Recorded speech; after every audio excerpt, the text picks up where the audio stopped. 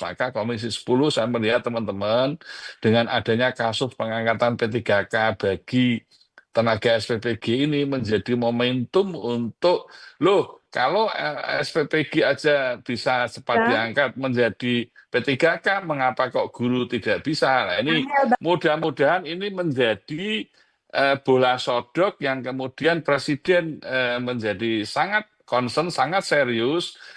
Nah, saya berharap Presiden segera berkoordinasi dengan kementerian terkait dan pemerintah daerah untuk segera menyelesaikan apa namanya pengangkatan honorer guru menjadi P3K. Tapi itu kewenangan eksekutif, kewenangan pemerintah. Tugas kami adalah mendorong regulasi sudah, lalu politik anggaran kalau kemudian memang itu dibutuhkan untuk pengangkatan mereka. Itu Prof. Iya. Iya. Nah itu Prof jawaban dari Pak Edi tadi ya dari Komisi 9. Ini sedikit informasi Prof, Komisi 9 itu yang membahas kesehatan, ketenaga kerjaan dan peraturan perundang-undangannya gitu Prof. Dengan mitra kerja antara lain Kementerian Tenaga Kerja dan Transmigrasi, Kementerian Kesehatan, BKKBN dan Badan POM. Prof. Iya. Iya. kita ini Oke. susah. Siap. Kita ini susah karena di Komisi 10 mentok gitu. Ngomongnya ini kewenangannya kewenangan Pemda, tapi misalnya pengangkatan kepala sekolah guru desentralisasi. Jadi kita ini hanya bisa berharap kepada Mas Edi, kayak orang kayak seperti Mas Edi, kayak orang di DPR gitu. Iya, karena kalau nggak ada political will, bagaimana dong Indonesia kekurangan guru ini mau diselesaikan di mana? Jadi kami punya data nih Prof di Mas Edi. Kami punya ada sekitar 300 ribuan guru yang nggak paruh waktu dan harus dipecat karena tadi yang dikatakan tidak ada dana untuk karena ada efisiensi segala macam. Tapi dari awal 1 juta aja nggak terekrut semuanya, Mas Edi. Aku sih akan kejar terus Mas Edi nih dan kawan-kawan. Namanya juga jaluk tolong ya Mas ya. Jaluk tolong. Minta tolong Mas. Minta tolong itu adalah untuk kepentingan bagaimana anak-anak apa namanya anak masa depan anak-anak kalau nggak ada yang ngajar. Dan kalau supir di MBG itu sehari 100 ribu Mas, ada pendapatan minimum, guru nggak ada.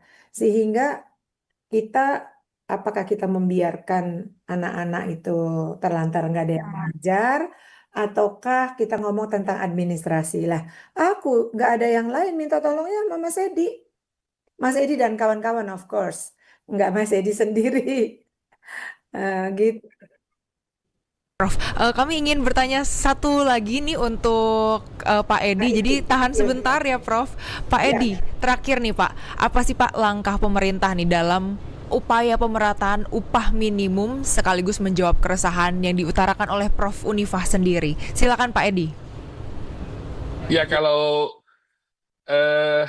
upah minimum itu kan baik negeri maupun swasta ya. Kalau kita lihat dari regulasi upah minimum, itu kan menjadi kewenangan pemerintah. Nah itu CQ-nya Kementerian Ketenagakerjaan itu yang sudah kita bahas kemarin pada saat rapat dengan Menaker.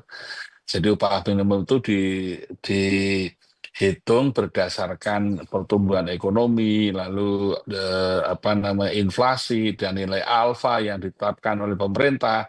Dan itu sudah ditentukan upah minimum masing-masing wilayah di Indonesia, baik provinsi maupun kabupaten, sesuai dengan pertumbuhan ekonomi, inflasi, dan nilai alfa yang ditetapkan. Dan itu melibatkan Dewan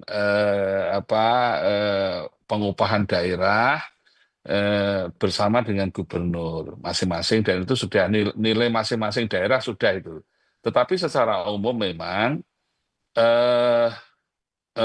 upah minimum itu harus memperhatikan kebutuhan hidup layak yang dihitung di masing-masing daerah. Maka sekarang yang menjadi isu kan upah minimum kita itu hanya 6 provinsi di Indonesia yang di atas penghitungan apa kebutuhan hidup layak di satu wilayah. Sisa dari 6 provinsi itu rata-rata di bawah kebutuhan hidup layak. Artinya memang upah minimum kita belum mencapai standar hidup layak di satu wilayah. Nah, apalagi yang menyangkut honorer itu kan, honorer kan memang tidak ada perjanjian kerja antara pemberi kerja dan pekerja, tidak ada perjanjian tentang upah, tidak ada status pekerjaan mereka. Meskipun ada perintah dari pemerintah untuk mengajar di setiap sekolah-sekolah yang ada di Indonesia, tapi ketentuan tentang status pekerjaan mereka dan upah mereka nggak ada pelindungan hukum, sehingga itu yang disebut dengan honorer itu nggak memenuhi ketentuan. Nah, jadi saya sangat mendukung upaya PGRI Bu Unifah tadi untuk menyelesaikan berapa 700.000 ya di Indonesia ya, dan itu sekali lagi menjadi kewenangan Kemendikbud ya, lalu menjadi kewenangan Presiden, menjadi kewenangan Gubernur, dan menjadi kewenangan pemerintah daerah.